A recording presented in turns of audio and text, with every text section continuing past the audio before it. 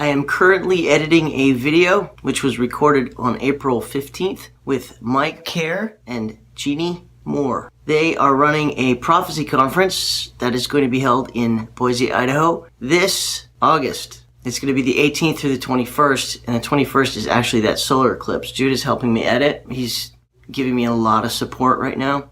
The video, they put the video up on their channel, and I also have posted it on Facebook, but we wanted more people to see it's an interview with me and them because they have asked me to speak at a prophecy conference. And the prophecy conference is called Signs in the Heavenlies. So, without further ado, I've taken their video and I've done my editing on top of it for more visual enhancement. That's what's going on over here.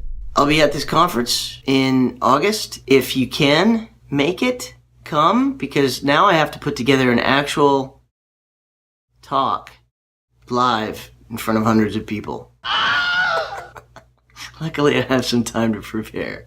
Also in the queue, Heidi Bagley has contacted me, and I'll be talking to Paul Bagley, doing a Skype thingamajig on Wednesday, and then that'll be posted sometime soon as well. So, talking about what's going on this year. Again, without further ado, how many times can I say that before starting the video? Without further ado, ado. What is ado? I'm gonna look up that word, ado. It's a weird word. Anyway, here's a video. Enjoy. Hi, everybody. It's Mike from Hear the Watchman and the Watchman's Report. And tonight, I have my lovely wife, Jeannie, joining us. Thank you, Jeannie, for coming on tonight, because we have a particularly interesting guest that Jeannie has followed for some time now. It's Mr. Scotty Clark. Scotty, thanks so much for joining us tonight. Thanks for having me, Mike and Jeannie. I appreciate it. Anytime, brother. You know, Scotty, as he's known to his close friends, has been a student of the Bible for a very long time. From a preteen Catholic altar boy to a converted Protestant worship leader, from working as a drummer with touring Christian music acts to serving on international mission teams, Scotty has lived his life in the service of the kingdom. His mission is to bring people to the understanding of their need for salvation through the grace offered by the Creator, who sent his only Son as the final sacrifice for sin, which separates humanity from him. One of his favorite focuses is the study of the end times, as revealed prophetically in the Bible. He will be at the Hear the Watchman conference in Boise, Idaho with us, August 18th through the 21st. That is the Signs in the Heavenlies, the Redemption Convention, and the Eclipse Encounter. And he will be joined there by Anthony Patch, Michael Boldea, Pastor Paul Bagley, Russ Dizdar, Dr. Michael Lake, Derek and Sharon Gilbert, Coach Dave Dobbenmeyer, Josh Tolley, L.A. Marzulli, and Pastor Casper McLeod. Now, I just want to let you guys know before we really get into the meat of this, something that Anthony Patch said about this, man. Anthony, you all know Anthony is all about CERN, and he's just brilliant. And he's been to Hear the Watchman before, and I've interviewed him on our show before. Very popular. But when I told him that Scotty was going to be joining us as part of the team, he sent me an email back, and he said, fantastic. He will be your primary for the Revelation 12 eclipse. He's much more up on this than I am. He balances my science regarding the parallel event of these two events, that of the birthing of the Antichrist spirit for the indwelling of the image of the beast, the resurrection of DNA of Cain, Osiris, Nimrod, via CERN, quantum computers, and the sequencing of DNA, all in Geneva. So, Scotty, we're just excited to have you here. Jeannie, what would you like to say to Scotty?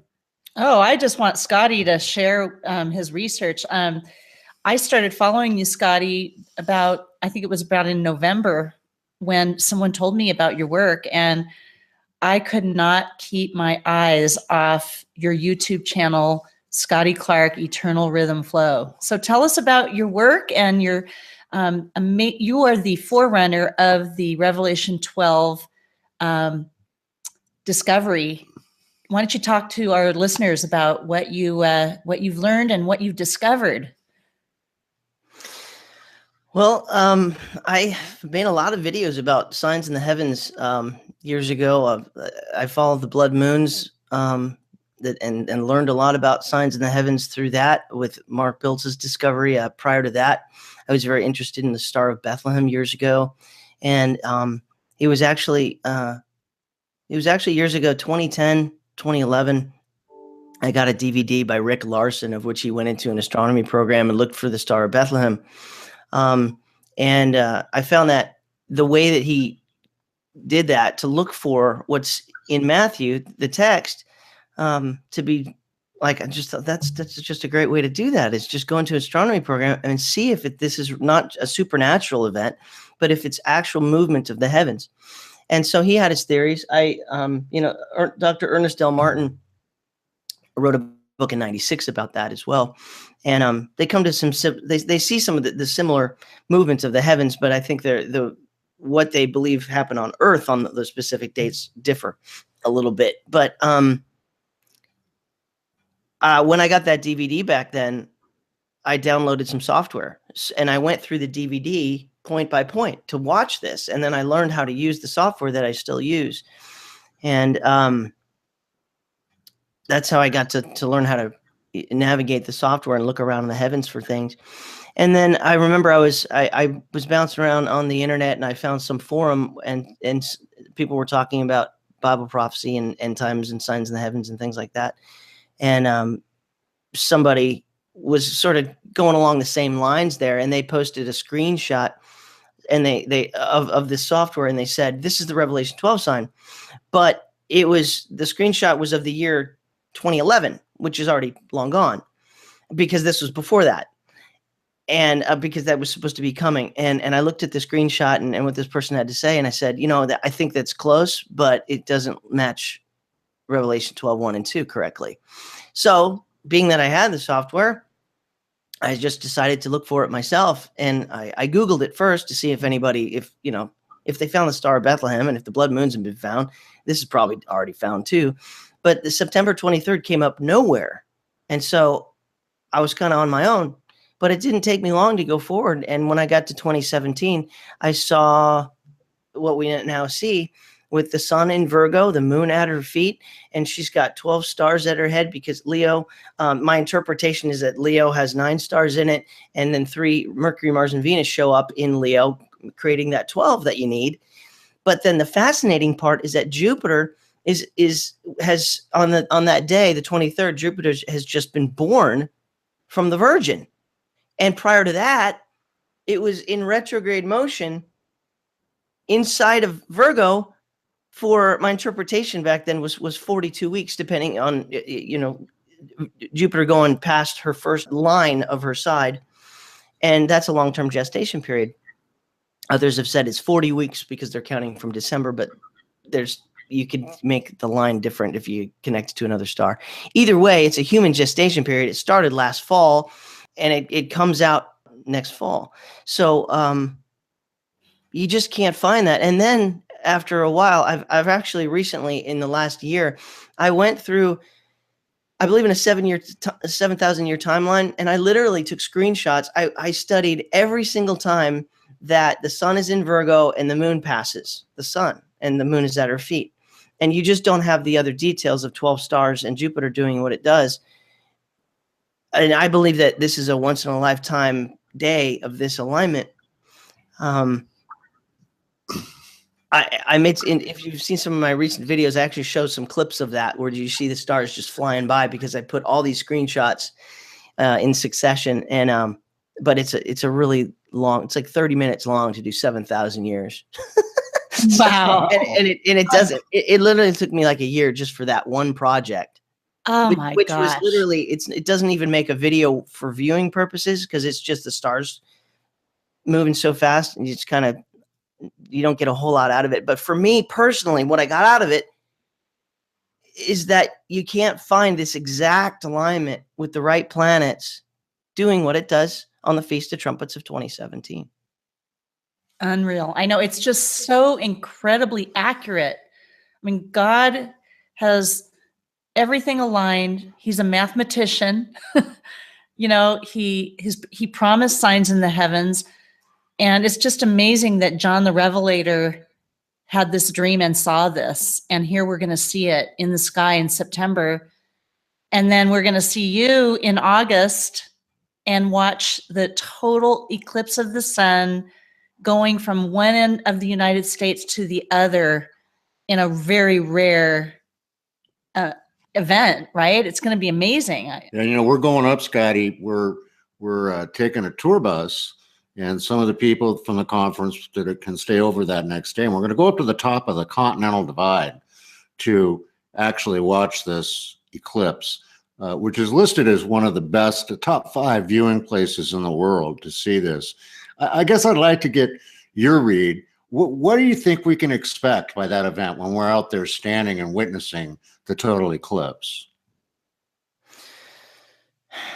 I guess I haven't really thought about that so much. I mean, I've taken some pictures. There were some solar eclipses in 2014 and 2015. I took a picture of 2 of those blood moons out of the 4 because they were above me. And then I also took some, and those are on my website. If you go into the charts page, you can see some of that. But they weren't total. They were the blood moons were total, but the solar eclipses were partial. Right. And I remember taking pictures of those with my camera, and you just get this feeling of I'm in this exquisite moment. Like this just started, but it's going to end in a few minutes, and I'm right here in the center of it, and I can capture it. Click, and you just, as a believer, you knowing that this is not random, this is not, you know, some part of billions of years of just randomness and a Big Bang Theory. This is all orchestrated. And especially when these things fall on feast days. But also, you know, Joel prophesied that the sun would be turned to darkness and the moon to be turned to blood before the tribulation period, before the great and terrible day of the Lord. And in my last video, you know, a lot of this is sort of open to speculation because I don't have a time traveling DeLorean where I could jump past next fall and say, you know, something happened or nothing happened. We're just watchmen, and I'm looking at what's happening here. And all I really have is the evidence of the heavens and what this says. And then I have to just use the brain that God gave me and try to figure out what could it mean. In my last video, I said that blood moons have been known in history as being harbingers to the Jews, to Israel, to the Jewish nation, and solar eclipses have been known in history to be harbingers or a bad omen to the Gentile nations. And America is a Gentile nation, and it happens over America. And it's an eclipse that hasn't happened in about 100 years. It goes from sea to shining sea. But it also happens during the time when the Revelation 12 sign that finalizes in September next year, it's already occurring right now because it started last fall. And just like the Star of Bethlehem, the wise men saw something that took time. It took about 9 months or so for the stars so it wasn't just like a one night, there's a star, follow it. They were following something that was taking a period of time. Well, the sign that we're in right now is taking a period of time, but then it has to finalize at some point. And within this time frame, you've got a solar eclipse, which is, I think, what we've been looking for, because I think that the 4th blood moon of 2014 and 2015, in the fall of 2015, that was an epic blood moon. It was seen from Jerusalem. It was a super moon, which means the moon's at perigee. It's a full moon. It's at perigee, making it a super moon. It was a total eclipse. It was seen from Jerusalem, and it was part of a prophetic blood moon tetrad. And it was on tabernacles. 6 layers of that moon. It's right? just there's so many coincidences, quote unquote, right? What do you think? You and I had spoken on the phone quite late, and you had mentioned some significance between the time period from when we will see the total eclipse of the sun in August on the 21st, and then the September 23rd, Alignment. the final alignment. Is there a significance about that time frame? Well, this is something that I pulled from Dr. Ernest L. Martin. Just in reading his book, he noticed that during the Star of Bethlehem events in the sky, he says that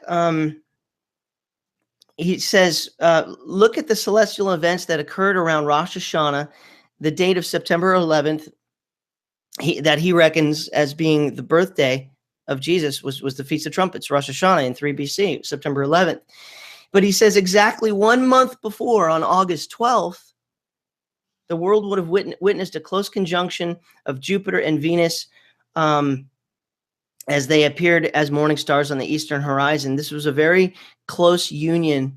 He says, then on September 11th, the new moon, which occurred, which represented the Jewish New Year, this happened when Jupiter, the king planet, approached Regulus, the king star.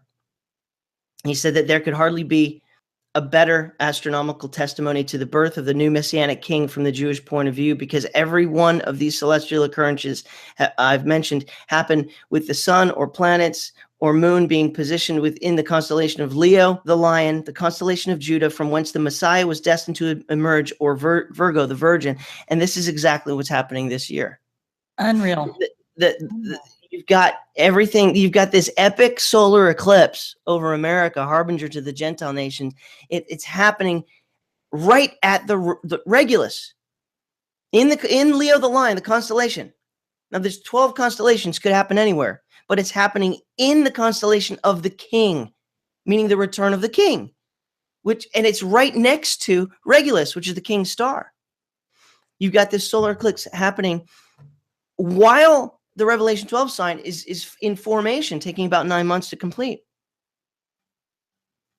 It's just, but it could have happened last year before. It could happen next. It's happening right in this window of time. And you had also mentioned in our conversation about the significance about 2017, the number 17. Bullinger says 17 is the number of victory. It's the number of the overcomer. It's the number of resurrection, as is 8, the number of resurrection, and 1 and 7 makes 8. And that's in Bullinger's number in scripture. It's also in Ed F. Vallot's biblical mathematics. You've got these, 17 is a very exquisite number, actually. And it means resurrection and overcoming. And at the end of each of the 7 letters to the 7 churches in Revelation 2 and 3, there's a promise given to the overcomer. But 17 is the overcomer number. He overcame death. And Jesus' Passover is the 14th of Nisan, right? Mm-hmm. But he was in the grave for 3 days. Yep. He rose on the 17th day, resurrection. That's first fruits, is the 17th day of the month. 17. I know. I've watched all your videos, and I think you watched one. We work differently. Yeah. Like our brains, totally process things differently, and so each of us get excited about different things. So and I'm the one that gets up really early in the morning and comes down and does all my research. She wakes up at about 2 in the morning, and she'll lay there and every night she's got her iPhone there, and she's looking at all this stuff, and I'll wake up and, what are those lights? What am I seeing? And it's just Jeannie doing research. It's fascinating to me. And it gives me the chills, Scotty. Yeah, and the other thing about 17 is the flood. Noah's flood started in the 2nd month in Noah's 600th year. That could be related to 6,000 years. In the prophetic, remember, there's layers. Prophecy gives you stuff in the beginning, but then it uses the numbers and it uses the pattern. Not exactly the same, but it gives you a prophetic foreshadow. In Genesis, it says that in Noah's 600th year, on the 2nd month and on the 17th day, that's when the flood began. Wow. So 600 could relate to the end of 6,000. Mm-hmm. 2nd month could relate to 2,000 years from Messiah, or the 2-0 in 2000, and the 17th day is, so basically 2017. And on top, and there's other layers on top of that. The flood was prophesied 120 years before the flood happened. That's in Genesis as well. I've done all these charts and videos about this.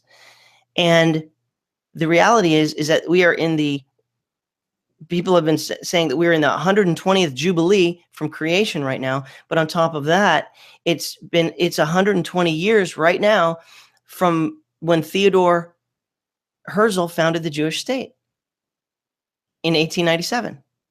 So you got this 120 in these different layers of Jubilees, but also years. And the next tribulation, the first tribulation was the flood, when all the wicked were destroyed from the earth. The second tribulation period, that's what's going to happen, right? The Battle of Armageddon, all the wicked are going to be destroyed off the earth, and only those who are chosen and go into the millennium period. So the tribulation period is going to begin at some point. But the first tribulation of the flood was based on the number Noah's 600 years or 6,000 year time frame. And it's got a 2 and a 17 in it. Second month, 17th day, which is like 2017. There's so many layers to this. But then there's also the bigger picture of sort of the footsteps to Daniel's 70th week. The footsteps to the Father putting his attention back on the Jews. Because right now we're in the church age, and his attention is primarily on the body of Christ. But he says in Micah 5:7, it says that the Messiah will basically that the Messiah would be rejected, and therefore he shall give them up, like give up on them, until the time that she who is in labor has given birth. What's that pointing at? That's just kind of strange language to read by itself, unless you go to the back of the book and you find Revelation 12. There's a woman giving birth. And that child is the church being born. So that's the difference of these dispensations, is that the Father, he's given up on the Jews until the one who is in labor has given birth. That's the rapture. And then his attention, and then the tribulation begins. Isaiah 66:7 says that it reverses the woman's labor as being the birth happens first and the labor happens after. The labor is the tribulation period. So everything just seems to be lining up in a way that I never thought I would see. I've been looking for these things for years, but never quite knowing how to put the pieces together. And suddenly it really looks like 2017 is going to be an interesting year as we approach the fall. Well, and we are in the days of Noah. Everything's aligning in that regard. And then Matthew 24, just the wars and rumors of wars and what's happening in Damascus. I mean, just everything is just coming together. It's just so wild. It's so amazing to see all these different, convergences, and everything just lines up perfectly. It's just like, I can't believe how awesome God is. It's all planned. It's all planned. Has been from the beginning. He's got his plan, and he makes adjustments. There's sometimes, like with the destruction of Sodom and Gomorrah, it's a little bit of an argument about getting Lot out first, and right. So God changed his mind with that. But I really believe that this timeline everything is scheduled to occur when it's scheduled to occur. And when he spoke the universe and the stars into existence, he foreknew exactly where this alignment would happen, where every eclipse would happen, and they would be markers for what he's going to do. In Genesis 1:14, it says that the signs are for the stars are for signs and for seasons, but the word seasons is Moedim, meaning the feast days. And it also says that the stars, they give forth speech, but with no words, meaning you have to interpret them. They say something, but you have to interpret them. They don't talk to you. So you need wise men to look up, take a good broad view of where we're at. And then when we see these signs, we should really wake up and say, this could be something. What is he doing? And am I ready? That's right.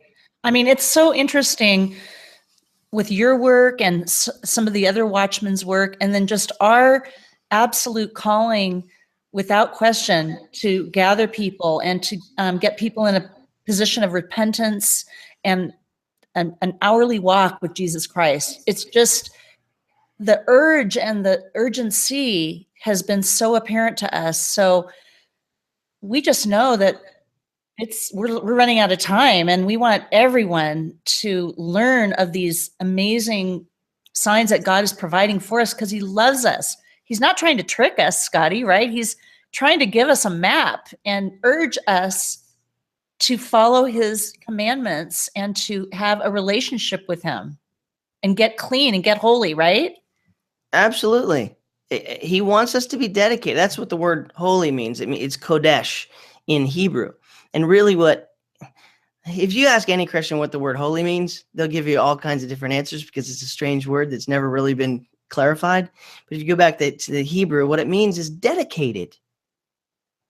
It means dedicated. Like, Jeannie, you're dedicated to Mike, right? Mike, you're dedicated to Jeannie. That's what holy means. It doesn't mean perfect. It means dedicated. That the Holy Spirit is dedicated to the Father's work, right? Right. So he wants us to be dedicated to him and not stuck in the world and all the cares of this world. He wants us dedicated to him. And, what father doesn't love a child when the child is constantly going, hey, dad, hey, dad, hey, dad, hey, dad, let's do this. Hey, dad. But that kid who's like, I don't want to hang out with my dad. I want to go do something with all my friends. Then you start that relationship parts. But the child who loves his dad and let's go fishing this weekend. Hey, can we throw the football? I got a Frisbee. Dad, come on. Like that kid is going to be loved like crazy, right? Because the father's going to be like, man, my son just loves me. That's what he wants from us, is that dedication and that closeness. And we're made in his image and likeness. So his personality is very much like our personalities. And he is the perfect father, right? He is the perfect father. And when we fall and when we sin or we fall away and we come back to him, he comes with us with open arms and so happy that we're coming back to him. Any good father would do that with understanding and patience, and he's got more of that than we can possibly fathom. Exactly. Well, Scotty, I gotta tell you, what a wonderful message to bring, especially today, with tomorrow being Redemption Sunday, and it's just a wonderful time to really think about everything that he did for us. And I'm honored to be in your company. You're one of the most intelligent men of God that I've met, and you're certainly a whole lot of fun to be around. And we are looking so forward to seeing you in Boise, Idaho, August 18th through the 21st. Folks, go to our website, hearthewatchman.com. You can get all the details there. And Scotty, before we say goodnight, how do people find you? Where do they go? What's your website? How do they connect with you? I am on, you can go to erfministries.com, and on the top right, there's all the social links. So you can find me easily that way. And there's YouTube as well. I would just say that's the easiest way to do it. You want to find me on YouTube? Go to my website, click the YouTube button. You want to find me on Facebook? Go to my website and click the Facebook button. There you go. So I don't have to say all this stuff. Yeah, or just look for Scott Clark, right? Scotty Clark. Scott. And I just want to mention something.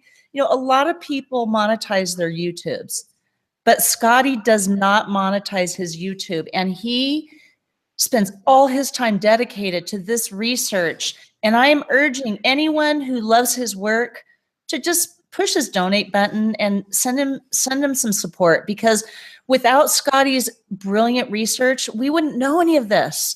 And you wouldn't be able to see him at Hear the Watchman either on live stream or in person. And it's going to be a glorious weekend of fellowship and learning and prophecy. And we're going to have so much fun. It's going to be so blessed. And God's going to be smiling from sea to shining sea as he warns us of times to come that we're going to witness together and pray. So, Scotty, thank you so much. Thank you. We're so excited. We can't wait to share more as we get closer to the conference, and we look forward to having you on our show again soon. Thank you, Jeannie, and thank you, Mike. Great to talk to you, and I will see you and hopefully some of these viewers in Idaho. Yay! Yeah, come out and meet him in person, folks, and fellowship with all the rest of the people. That's really what it's all about. You build family. It's going to be at one of the most beautiful locations that we've held a conference at. It's right on the river, just a wonderful place, and we really want to see you there. So again, hearthewatchman.com. And until next time, folks, God bless each and every one of you. Have a wonderful, blessed celebration tomorrow of Jesus. And we'll see you next time on The Watchman Report. Good night.